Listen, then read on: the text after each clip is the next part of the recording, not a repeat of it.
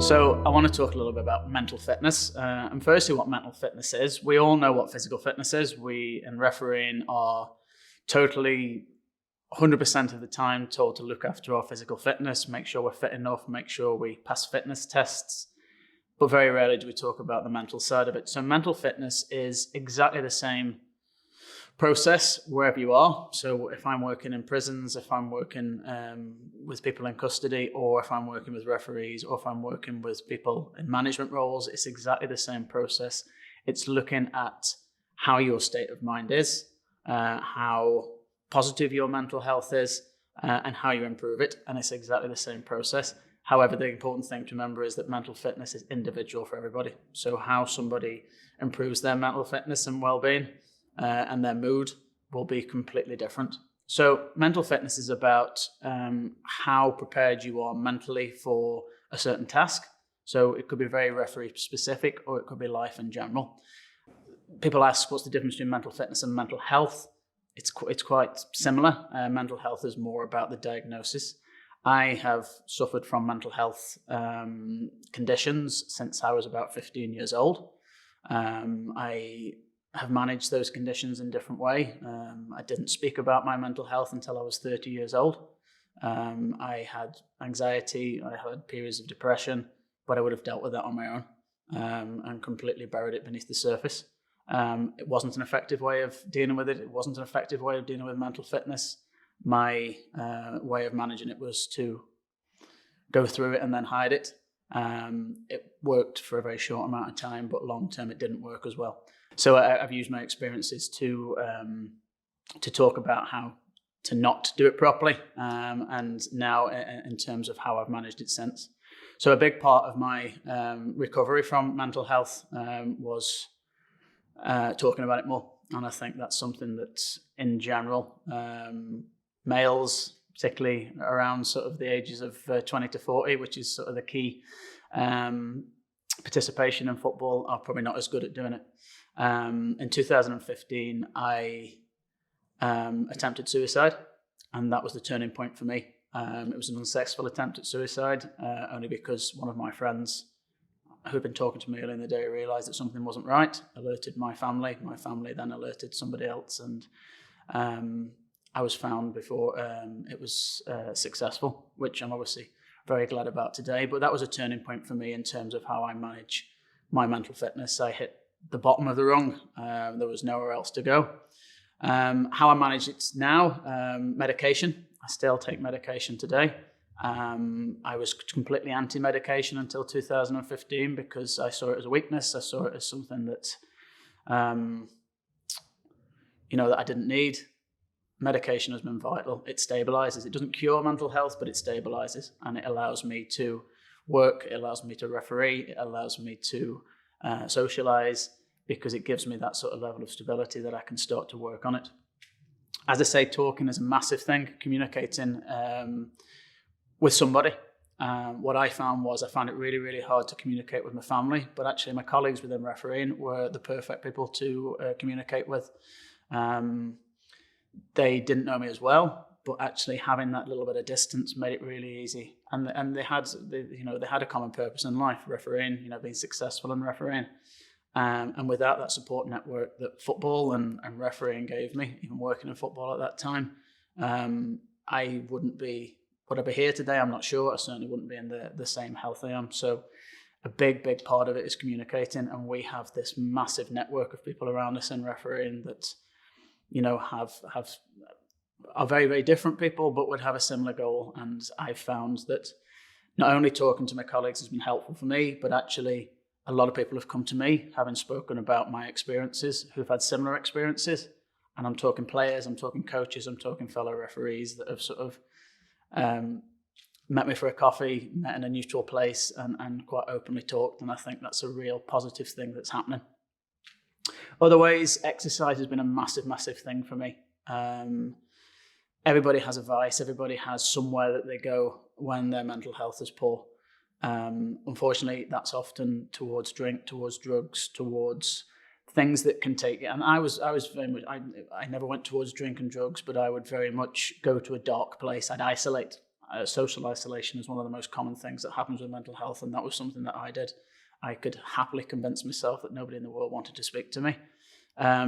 It's about, when you have that low mood, finding what works, and for me it's exercise. So whether it's a gentle run, whether it's a walk, whether it's going out and busting out a fitness test or a yo-yo test or something like that, as crazy as that sounds, that might actually help you. Post-exercise, I always feel much better. It's a release for me. It's a healthy release for me, and obviously that ties in. And again, doing that as a group, training as a group is really, really important, because not only do you increase the connections, which is vital for mental health, but you also release the endorphins that come with exercise. So it's finding what works for you. One of the questions I often get is, did my mental health, I suffered from anxiety still suffer from anxiety now. And the way my anxiety would manifest itself would be that I could create the worst possible situation in a very short amount of time. So I'd be driving to the game, for instance, and I'd hear on the radio that there'd been a car crash. Within 5 minutes, I could have convinced myself that my family had been in that car crash, that all the worst possible things in the world that had happened just from that one little trigger that my anxiety attached itself to. Many people ask, does it affect you on match days? Actually, on match days, that was my calmest period, because I was in control. I was in control most of the time of that experience.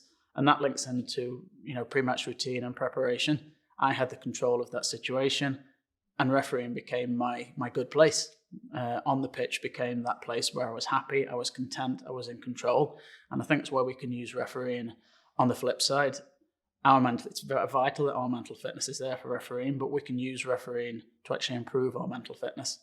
So the whole process of the match day, from meeting your colleagues beforehand, creating the connections, refereeing, which is exercise, which is something positive that you're doing. In the middle of when I was attempting suicide, I remembered that I had a match on the Saturday. And because I hadn't thought past this moment that I was in, it not even resonated with me. So I actually stopped halfway through, having taken a load of tablets, to email the appointer to say I wasn't available for Saturday. And I don't know whether it had any effect, I don't know, but it certainly brought me back, because that was what I had to aim for. And we do a lot of programs with coaching where we use people with poor mental health who from an offending background to actually coach children, and what it gives to them is a purpose. So as referees, our purpose is the match day on a Saturday, and there's people relying on us to do that. So however much you convince yourself that you're not having any impact or you're a burden, that's your purpose on a Saturday, to go out. You have a responsibility to the players, your colleagues, the people that appoint you, the people that have faith in you, the people that think you're good at your job. And it's the same with the coaching. Often people find it hard to say, well, do you know what? I have no purpose. But as a coach, you've got a lot of players relying on you. You have parents relying on you. You have so many people who are using what you're good at to actually go out. And that's a really, really positive thing for mental fitness. So some other ways that we can manage our mental fitness. Nutrition is a massive one. And people say, well, that's more physical health. It's really not. Having a good diet is really, really important. The serotonin that goes to your brain, it starts in your gut. A lot of people don't realize that. I didn't realize it about 3 years ago. So having a good diet straight away kicks in that serotonin, which goes to the brain. And particularly on match days where you're going to be under pressure, you're going to be physically exerting yourself, to have those resources is vital for your mental fitness as well. Relaxation is another one, finding a way to relax. And I think that's on a daily basis. We all have stressful jobs. We all have stressful lives at home. People who have kids, people who have family. Finding that 30 minutes in your day for you is really, really important, and identifying what it is that you enjoy. And that will be different for everybody. For some people, it's walking the dog. That used to be mine. I'd get out and walk the dog. The dog was sometimes had his ears chewed off with me talking to him 30 minutes around the block. It could be going out with friends. It could be going out and doing a group exercise. It could be in a class. I think it's so important, though, to have that planned in your week. It is the thing that will drop off. So we have work. We have 8 hours of work a day. We have refereeing. We have fitness training, physical fitness training. We'll always lose that 30 minutes. I think it's really important in your mobile phones to actually schedule it in during the day. I actually schedule in my training, physical, and I schedule in when I'm going to have and that could be 8 o'clock at night, it could be 10 o'clock in the morning. It could be that chance where you actually go out and go for a walk with a cup of tea or something like that. It's really, really important to schedule it in, because otherwise it will fall off your schedules with the days. So that's really, really important. Sleep is another one. Something I've really, really struggled with sleep-wise. I think there's so many reasons not to go to sleep. Caffeine being one of them. My one vice in life is tea. I could happily drink 12 cups of tea a day. I realise if I drink 12 cups of tea a day, I will not be sleeping at night. So cutting down your caffeine is really, really important. Caffeine, studies have shown, has negative effects on mental health. And again, setting that time that you go to bed. So we're back to routine again. It may be slightly different before a match day. You may want to go to bed early. You may want to go to bed slightly later. I know in European games, I need an hour's sleep in the afternoon. I would never sleep in the afternoon, but that's my routine when I go to European games, because I need that hour of charge again. And that's really that schedule, that hour out of my day. And just so happens within European games, it would be going and actually. And again, because my mind's used to it, as soon as I lie down, I switch off, I go to sleep.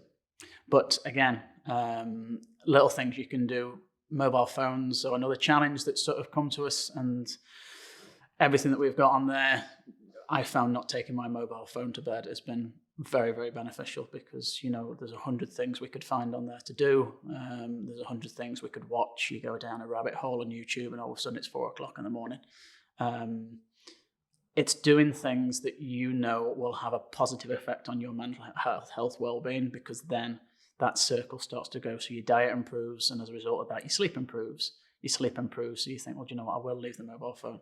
It's about just getting yourself on that positive mindset. It's tough. It has to be planned. It has to be an active thing that you do, but it's so beneficial when your mental fitness starts to improve.